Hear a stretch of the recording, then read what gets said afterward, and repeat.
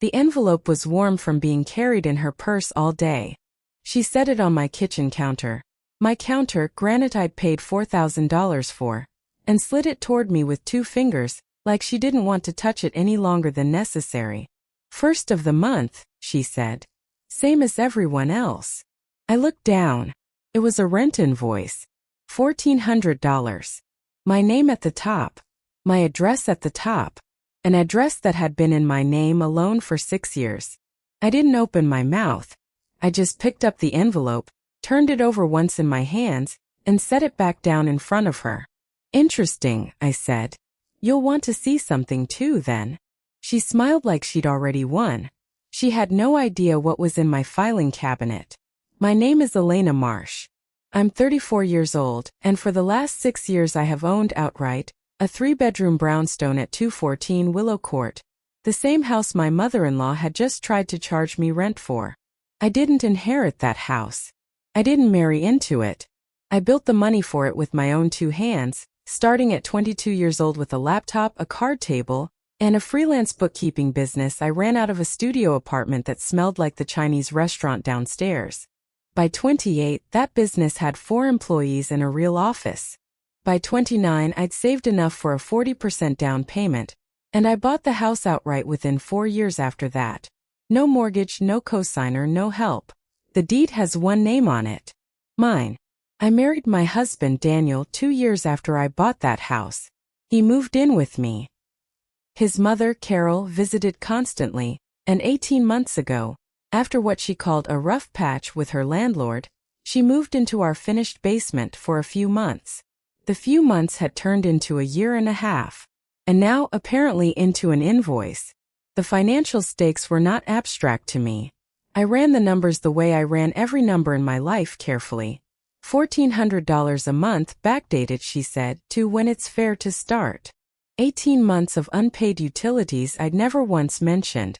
An adult stepdaughter, Daniel's daughter from his first marriage, whom I loved like my own, caught in the middle of whatever this was.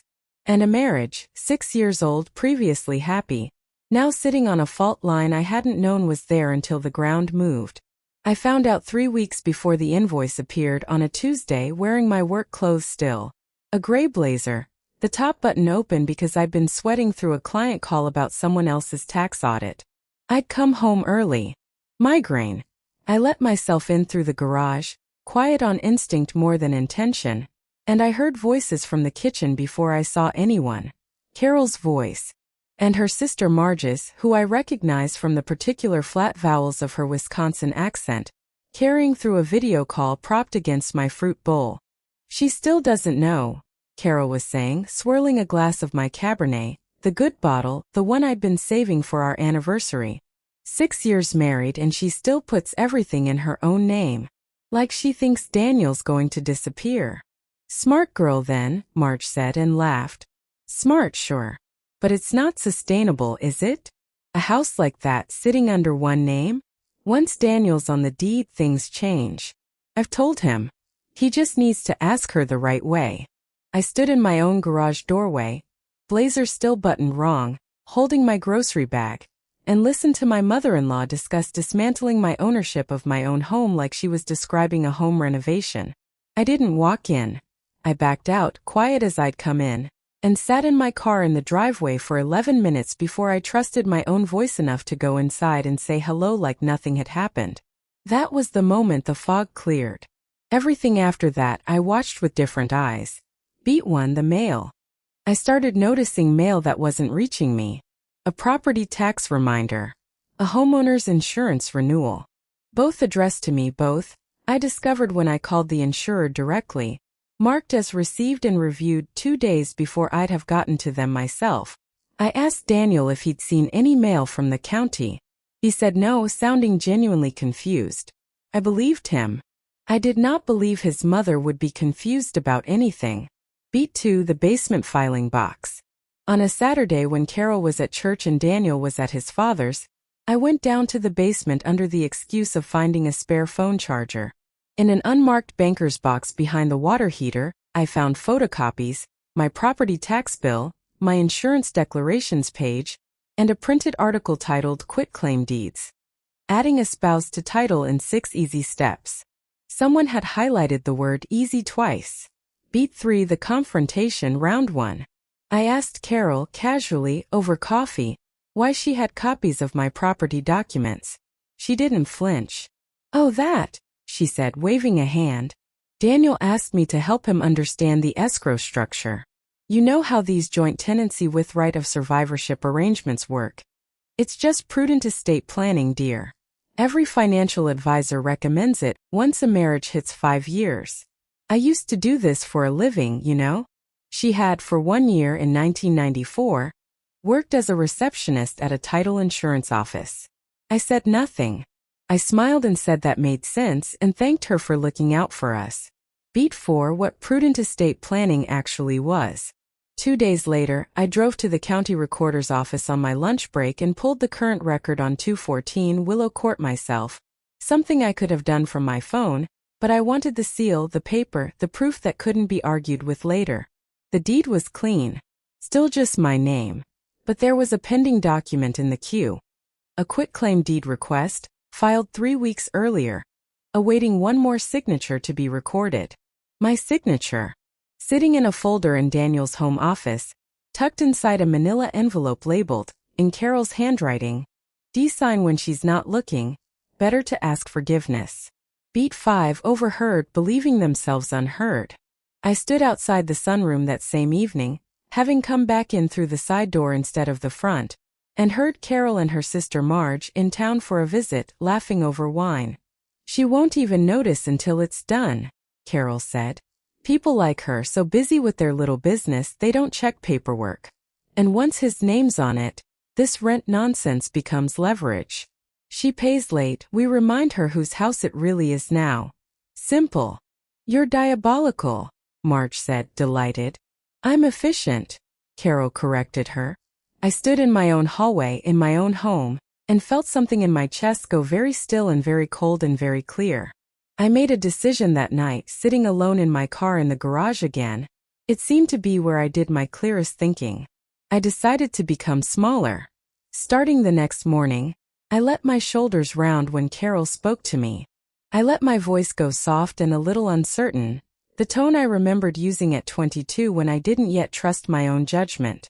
When she handed me the rent invoice, the one from the cold open, I didn't correct her.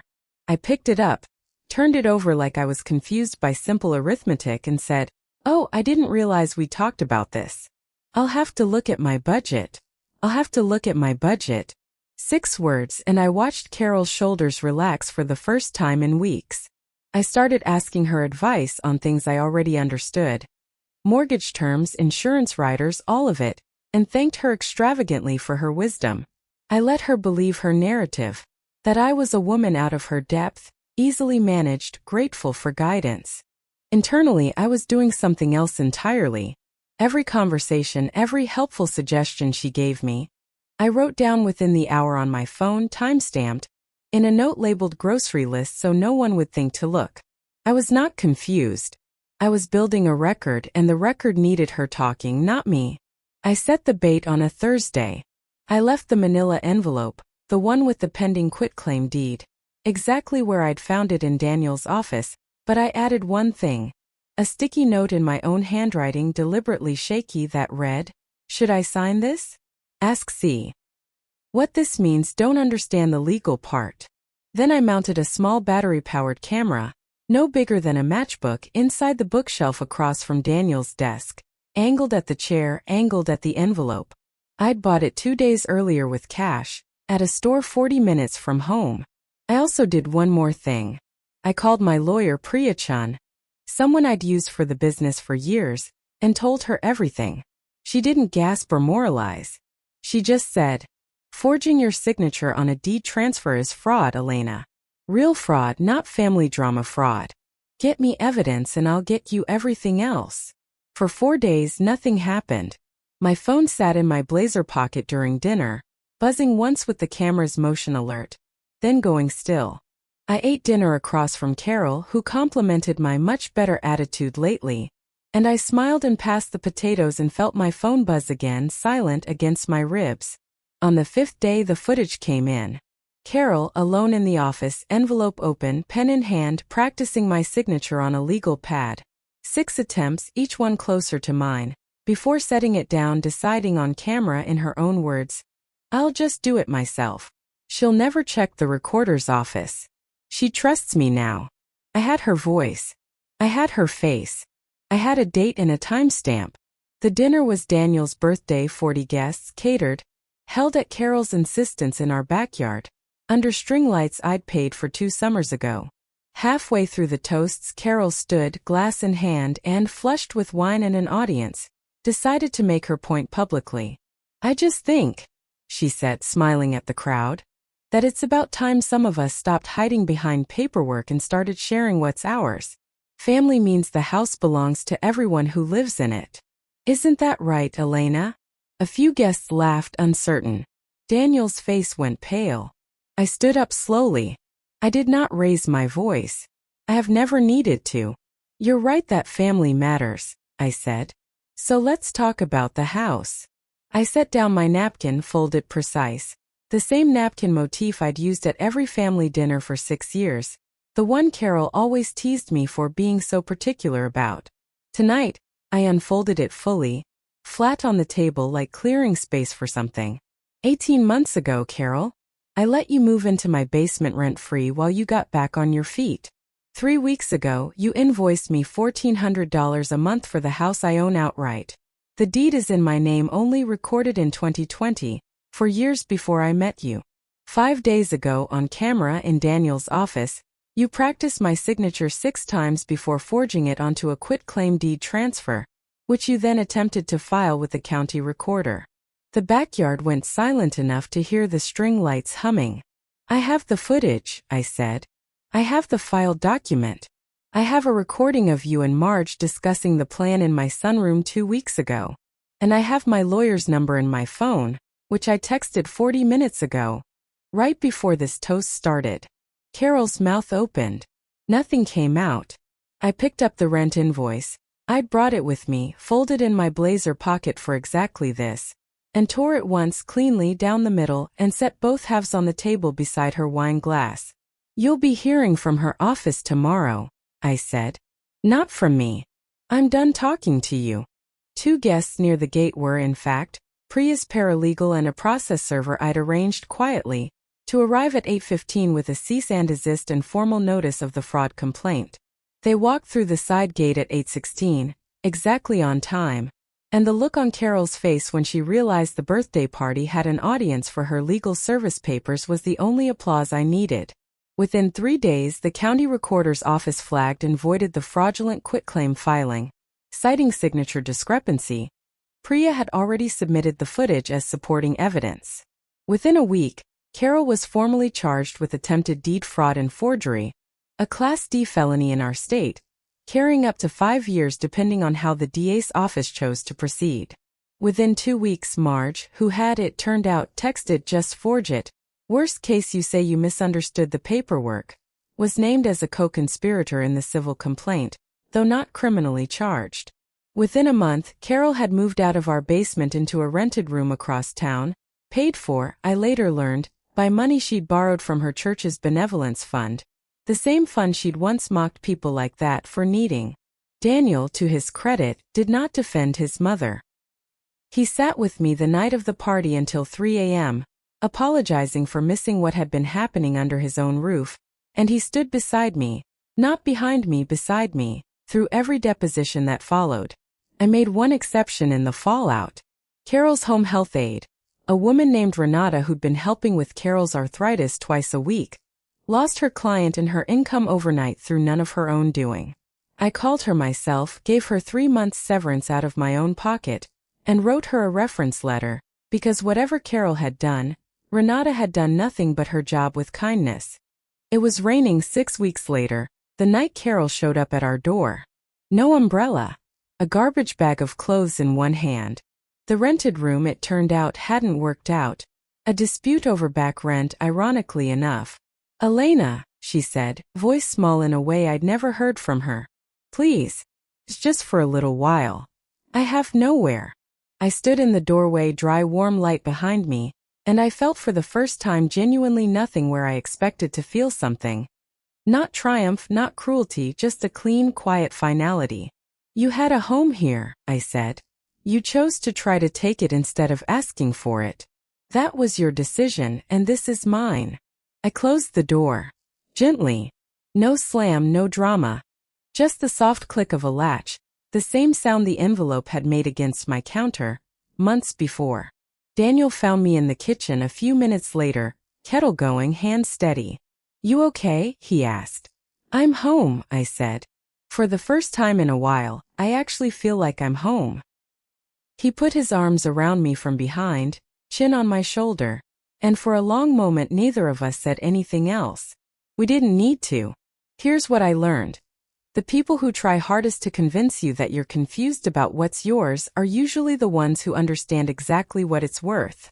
Protecting your name on a piece of paper isn't cold or untrusting.